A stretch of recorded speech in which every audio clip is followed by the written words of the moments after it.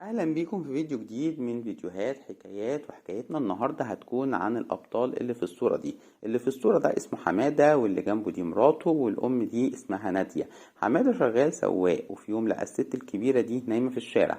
اكتشف ان اخوها طردها من الشقه، وان ابنها مسافر برا مصر وما سالش عليها من سنين طويله وملهاش حد غير ربنا.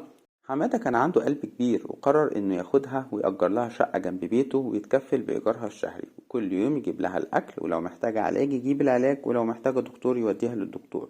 وقرر انه يعملها معاملة الأم بالظبط. كل ده كان من ورا مراته اللي خاف تعرف فتزعل انه بيصرف على واحدة غريبة. وفي يوم مراته عرفت بالقصة، وقررت انها هي كمان هتشارك حمادة في الخير اللي بيعمله، وتجيبوا الست دي تعيش معاهم في نفس البيت اللي هم عايشين فيه، ويتكفلوا بكل احتياجاتها، وتكون الزوجة هي اللي بتسهر على راحة الست دي.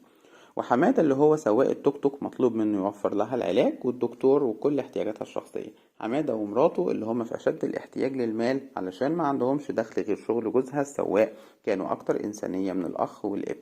على أم مريضة فاقدة للبصر ورجليها مقطوعة بسبب مرض السكر، لكنهم لا كانوا أنانيين ولا قلبهم جاحد ولا قالوا ملناش دعوة. كانوا أكتر رحمة على الست دي من أقرب الناس ليها.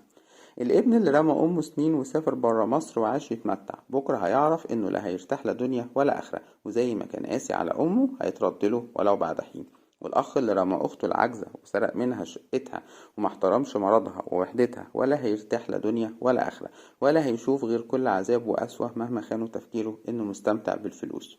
وحمادة الإنسان البسيط اللي شغال سواق، اللي بيقسم اللقمة مع الأم دي، بكرة ربنا هيعوضه ويديله لحد ما يستعجب من عطاء ربنا. والزوجة الأصيلة اللي قاعدة تحت رجل إنسان غريبة وشايلاها في مرضها، مع إنها في أشد الحاجة للمساعدة لظروفها المادية الصعبة، هتعرف بعدين قد إيه كرم ربنا هيفوق كل توقعاتها.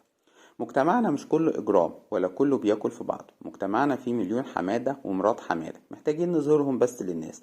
حمادة هو الصورة القدوة والمثل اللي المفروض نقدمه لولادنا علشان يعرفوا إن الأصل والأساس في مجتمعنا هو اللي زي حمادة. لو عايز تكون إنسان هتكون إنسان، المهم تقرر تكون إنسان. ولو عايز تكون شهم وأصيل هتكون، المهم برضو تقرر تكون شهم وأصيل مهما ضاقت بيك الظروف.